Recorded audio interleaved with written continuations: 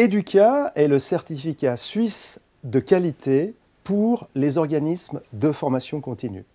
ASIG, RH Formation, est certifié depuis 2003 et réussit chaque année avec succès les audits de renouvellement. EDUCA, ce sont 6 critères qui pour vous deviennent 6 avantages. Le premier, ce sont des offres de formation qui satisfont les besoins individuels et les besoins de l'entreprise. EDUCA, ce sont des formations durables pour tous les participants. C'est une communication transparente de l'offre de formation. Ce sont des formations économiques qui garantissent le meilleur retour sur investissement du franc dépensé. Ce sont des intervenants compétents et engagés.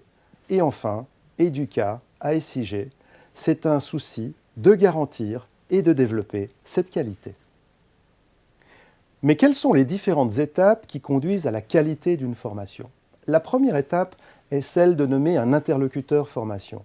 Généralement, ça sera un conseiller formation qui va, et c'est la deuxième étape, analyser le besoin de formation. Avec son client, avec ses participants, ils vont ensemble discuter de ce que chacun attend et de ce que chacun aimerait et sur quoi est-ce qu'on doit travailler dans cette formation. Ensuite, on va élaborer, et c'est la troisième étape, un cahier des charges. C'est-à-dire que c'est un document dans lequel on va préciser le besoin, le but de formation, les objectifs pédagogiques, le contenu et la caractéristique des cibles, c'est-à-dire des participants. Ce document permet d'aller à la quatrième étape, qui est celle de l'appel d'offres. On lance un appel d'offres auprès de différents prestataires que l'on sélectionne pour choisir l'intervenant le plus adapté et le plus pointu. La cinquième étape est de s'assurer que les méthodes pédagogiques déployées par l'intervenant sont véritablement actives et vont permettre par la pratique un transfert dans les situations de travail ultérieures du participant.